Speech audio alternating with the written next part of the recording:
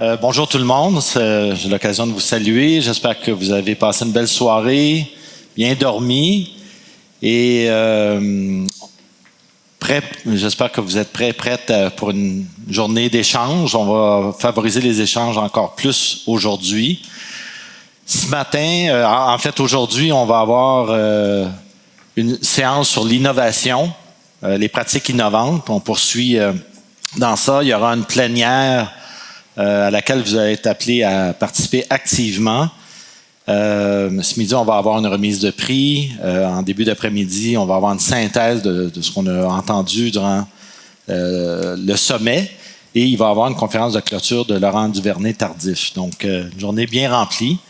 Comme disent certains, attachez votre tuque parce que vous allez voir, ça va partir en feu ce matin. On va débuter par une conférence de Claude Pinard. Il me disait que trois allocutions à livrer aujourd'hui, dont 2 à Montréal, mais on connaît son énergie, il va être capable. M. Pinard a consacré sa carrière à l'amélioration de la vie des plus vulnérables de notre société. Son leadership à la tête de Centraide du Grand Montréal a été marqué par une vision novatrice de la philanthropie et de l'engagement communautaire. Il a guidé l'organisation à travers des évolutions majeures pour répondre aux besoins changeants de notre époque.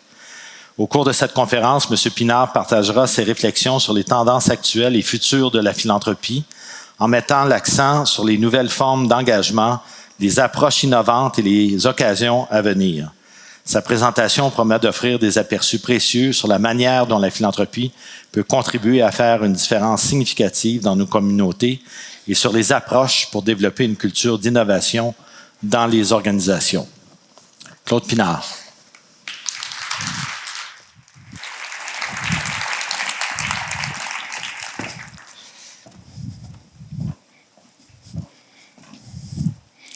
Merci François. À chaque fois que j'entends mes notes biographiques, j'ai l'impression d'assister à mes funérailles. Écoutez, je ne peux pas passer sous silence le fait que les Carabins de l'Université de Montréal ont battu le Rouge et Or de l'Université Laval. Donc, là, vous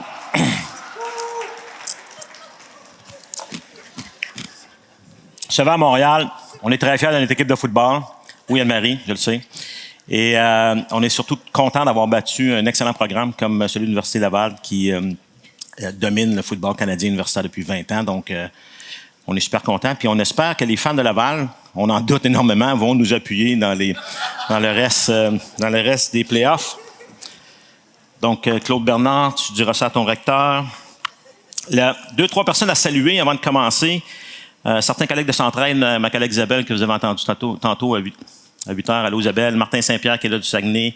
On a également un de nos bénévoles, Jean-Marc Chouinard, qui est ici aujourd'hui. Jean-Marc, qui trouve ça très drôle quand j'utilise les mots collaboration et radical ensemble, sous-entendant que la collaboration, c'est radical. Donc, tu vas l'entendre ce matin.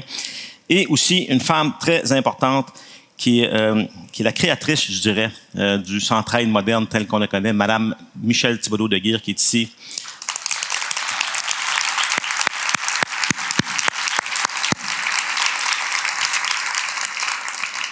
Michel, elle me dit de l'appeler Michel, OK? Puis je fais Michel vous, Madame Thibodeau-Deguire-tu. C'est bien difficile. Donc Michel, que je consultais encore il y a 2 semaines, tant son expérience c'est précieux pour moi. Donc, chers amis, chers collègues de la philanthropie du milieu communautaire, représentantes et représentants du secteur public et membres engagés de notre société civile. Victor Hugo, un grand visionnaire français, a dit un jour « Rien n'est plus puissant qu'une idée dont le temps est venu ». Aujourd'hui, je crois que le temps est venu de repenser la philanthropie. L'ère est chargée d'anticipation, d'espoir et de responsabilité collective que nous portons en tant que gardiennes et gardiens de la transformation sociale. Depuis des décennies, la philanthropie a été l'un des phares de l'espoir pour celles et ceux qui sont dans le besoin, le rempart contre les injustices et le catalyseur du changement social. Mais aujourd'hui, nous sommes confrontés à une interrogation fondamentale. Nos méthodes actuelles de philanthropie sont-elles adaptées à l'ampleur et à la complexité des défis auxquels notre monde est confronté? Il est vrai que nous avons innové et que nous allons continuer de le faire. Philanthropie d'impact, entre autres, ou nouveaux instruments financiers. Mais permettez-moi de poser une question audacieuse. Ces idées, aussi cruciales soient-elles, vont-elles assez loin? Sommes-nous en train de traiter seulement une partie de l'équation et des causes profondes qui font obstacle à la réalisation de l'impact dont nous avons besoin? Alors que le monde change à un rythme sans précédent, le secteur philanthropique doit non seulement évoluer et s'adapter, il doit, osons le dire, se réinventer. En toute humilité, j'aimerais vous présenter quelques pistes afin de faire réfléchir sur la question posée dans le cadre de ce panel. Ainsi, au fil de ma présentation, je parlerai de collaboration radicale, de la philanthropie dite communautaire, de la philanthropie catalytique et enfin de la médiation des systèmes. Au fil des ans, la philanthropie a pris de nombreuses formes reflétant l'évolution de nos sociétés. Nous avons commencé par des actes simples de générosité, offrant notre temps, nos ressources et notre expertise à celles et ceux qui en avaient besoin. Avec le temps, nous avons structuré ces efforts en créant des fondations, des organisations et des programmes pour optimiser l'impact et investir de manière stratégique. Dans les dernières années, de nombreux mouvements nous ont inspirés. La philanthropie basée sur la confiance, par exemple, a remis en question la dynamique traditionnelle entre donatrices et donateurs, où donateurs et bénéficiaires s'investissent ensemble, mais ça ne réinvente pas quand même la relation entre ces deux acteurs. Ou encore la philanthropie collaborative basée sur les données et les résultats. Ces approches sont excellentes et nécessaires et ont donné des outils plus précis afin d'amplifier et de mesurer l'impact. Ces méthodes mettent également en lumière toute l'expertise vécue sur le terrain et l'importance de diversifier la manière de récolter des données et d'avoir de nombreuses sources pour éviter nos angles morts liés à nos biais. Mais alors que nous célébrons ces progrès dans nos manières de collaborer, nous devons aussi en reconnaître les limites. Les défis auxquels nous sommes confrontés aujourd'hui sont non seulement complexes, mais systémiques. Lutter contre la pauvreté et l'exclusion sociale, la mission de Centraide, qui rejoint plusieurs des missions des personnes dans cette salle, est un immense défi car les enjeux qui y sont reliés sont nombreux. Ils sont interconnectés, imbriqués, complexes et profondément enracinés dans les structures mêmes de nos sociétés. Par exemple, la pauvreté n'est pas seulement le simple résultat d'un manque de ressources financières, mais est liée à des questions de discrimination, d'éducation, de santé, d'accès à des opportunités et bien d'autres facteurs encore. Nous nous attardons parfois trop souvent aux solutions rapides.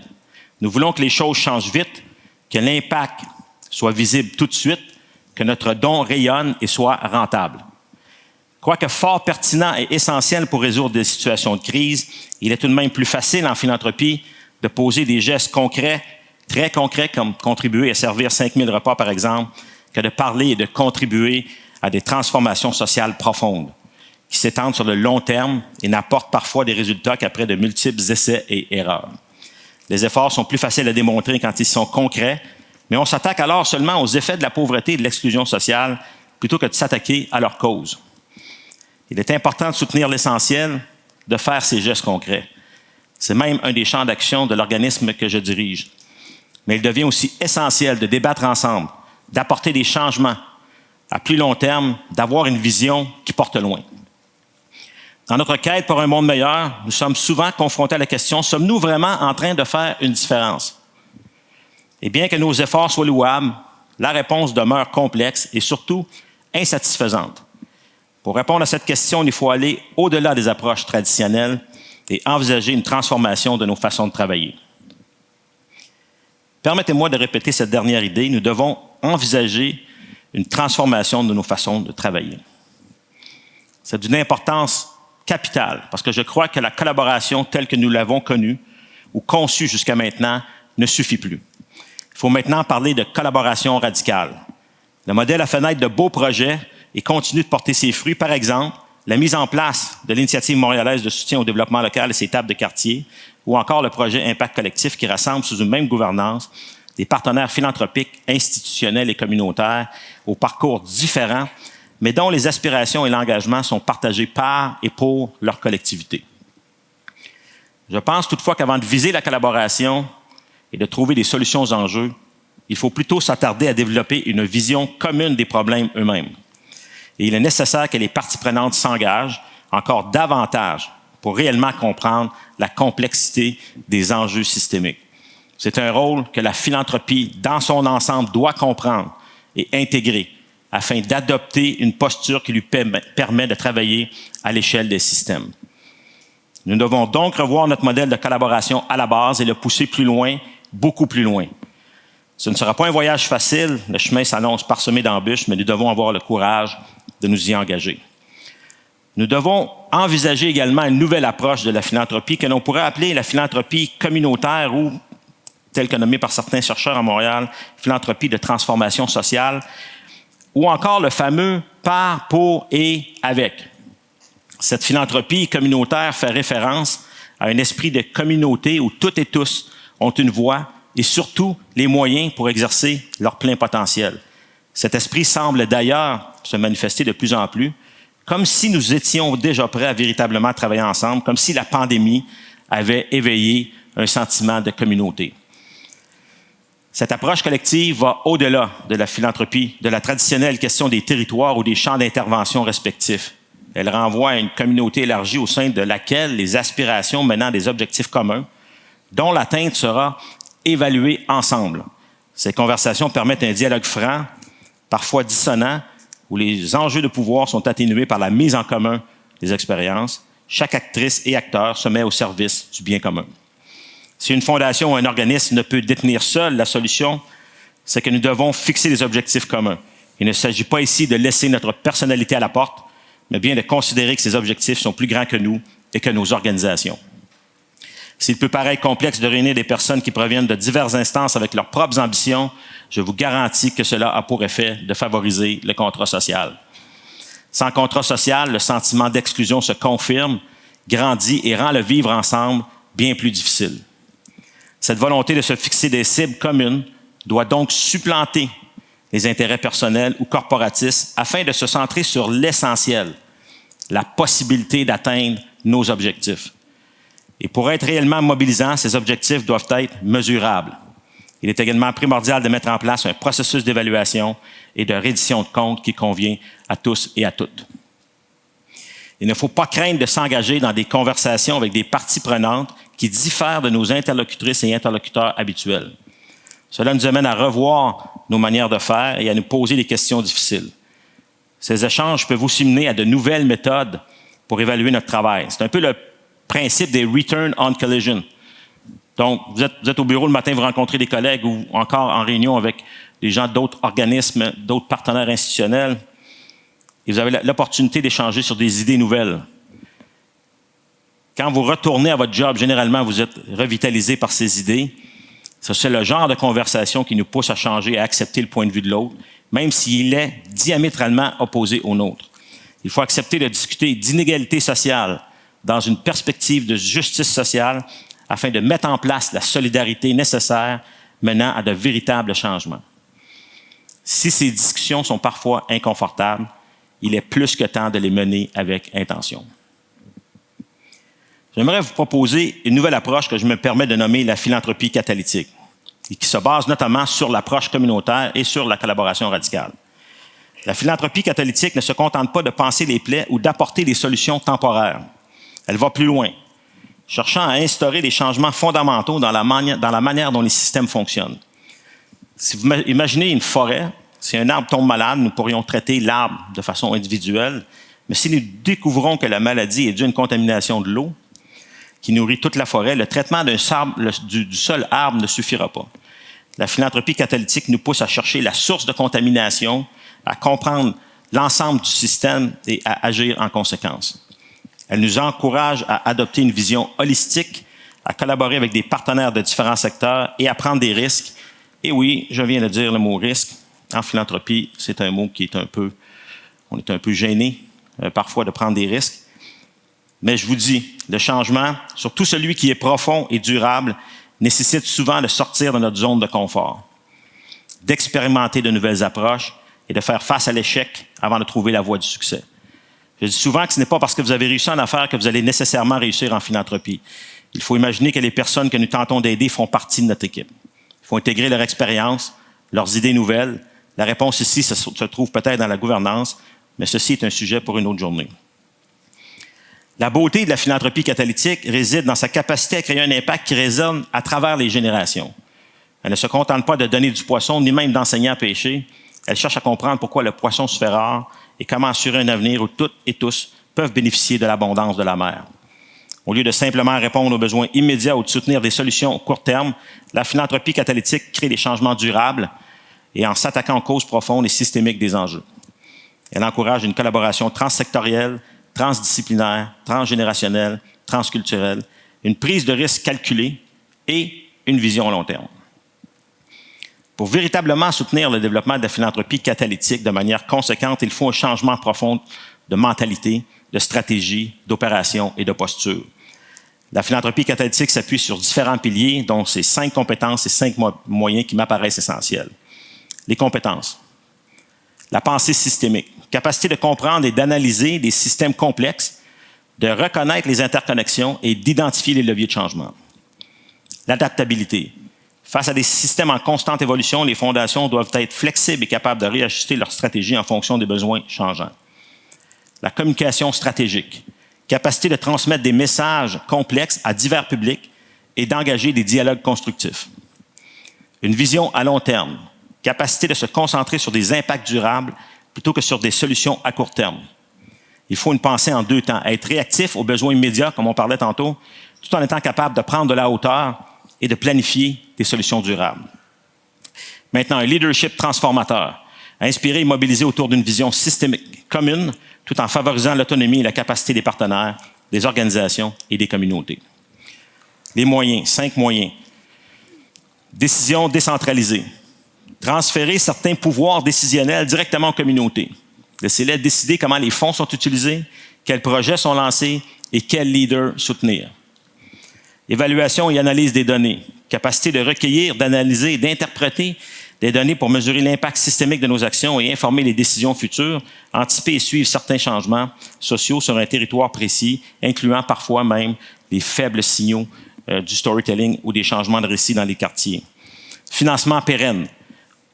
Au lieu d'un financement ponctuel basé sur des projets, soutenez les actrices et acteurs du changement ayant un potentiel d'impact systémique avec un montant significatif dans la durée, leur permettant de se concentrer purement sur la création de changements sans souci financier. Il faut financer la recherche sociale également. Financer la recherche, l'expérimentation et le développement de nouvelles approches systémiques pour aborder les enjeux sociaux et environnementaux. Permettre aux organismes de sortir de leur quotidien, d'explorer les possibles. C'est Albert Einstein qui disait « On ne peut pas résoudre un problème avec le même mode de pensée que celui qui a généré le problème ». Collaboration radicale obligatoire. Ne financer que les organisations qui collaborent avec une diversité de parties prenantes ou participent à des collaborations mettant à la même table des unusual suspects, favorisant une grande diversité d'expériences, favoriser la destruction des silos en faisant de la collaboration radicale une exigence non négociable. Un tel niveau de collaboration centré sur la transformation de nos systèmes nous forcera toutes et tous à revoir nos façons de travailler et assumer une posture de médiation à l'échelle des systèmes. Médiation à l'échelle des systèmes. Ceci facilitera et provoquera le dialogue entre différents partenaires qui pourront identifier les leviers de changement et mobiliser des ressources de manière stratégique pour atteindre un impact durable. Ceci étant dit, cette posture ne se limite pas à résoudre des conflits ponctuels ou à faciliter des dialogues. Elle vise à déchiffrer le langage souvent cryptique des systèmes, à identifier les leviers d'action et à créer des ponts entre les parties prenantes. Alors que la collaboration radicale peut demeurer dans des objectifs plus larges, la médiation systémique plonge dans les subtilités des désaccords, dans le but de combler des lacunes, de favoriser le dialogue et d'harmoniser les perspectives paradoxales ou opposées. Imaginez un groupe de randonneurs explorant un terrain montagneux. Chacun possède sa propre boussole et sa carte suivant son propre chemin en fonction de ses compétences et de son expérience.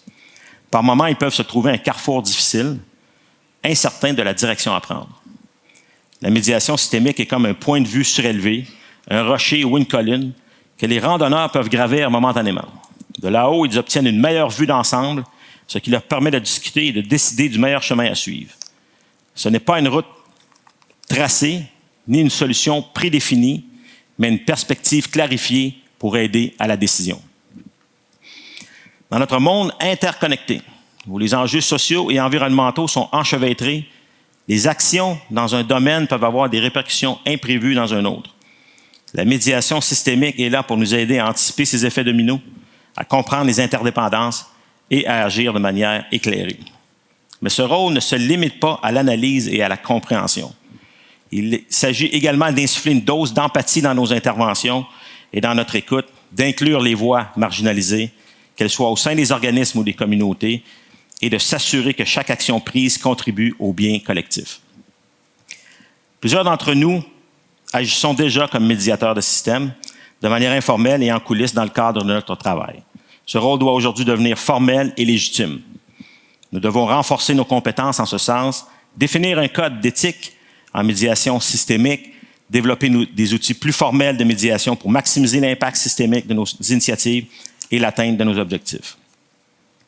Restons également humbles. La médiation systémique n'est pas une solution miracle. C'est un outil, une approche qui, lorsqu'elle est utilisée judicieusement, peut nous aider à naviguer dans un monde en constante évolution.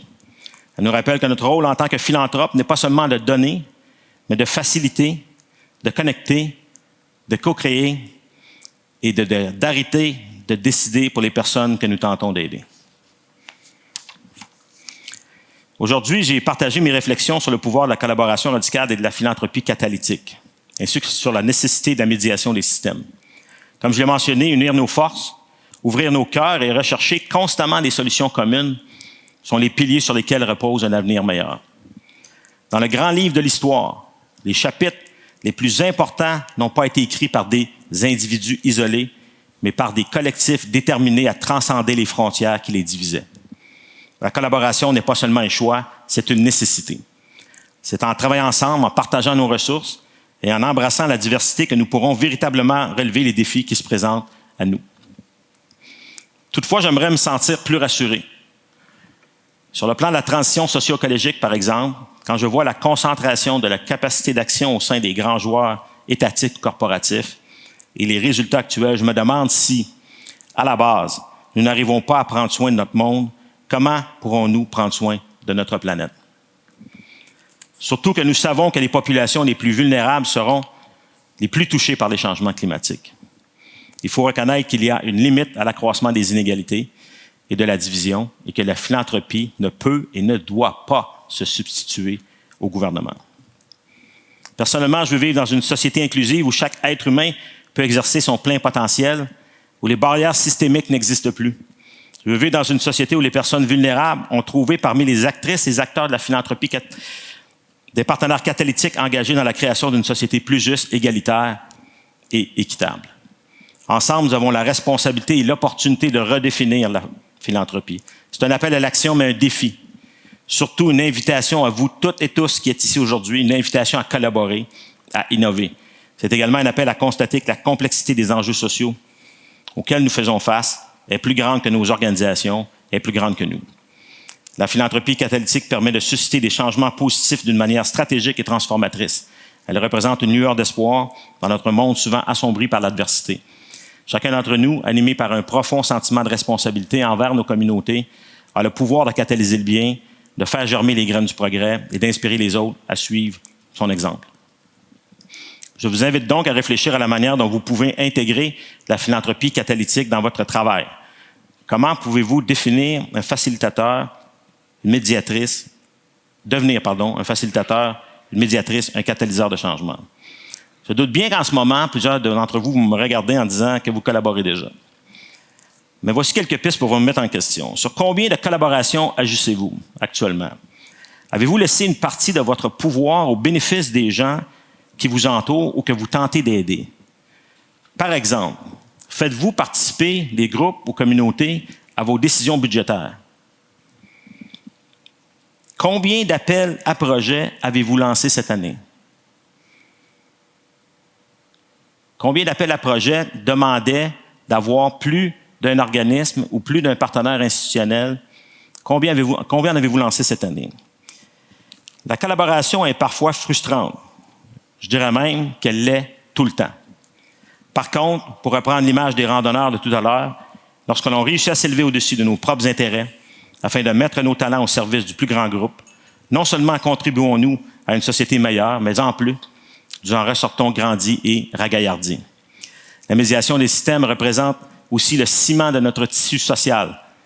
En cultivant la compréhension mutuelle, en écoutant avec empathie Et en recherchant des solutions inclusives, nous pouvons résoudre des conflits, guérir des blessures et construire des ponts là où il y avait des divisions.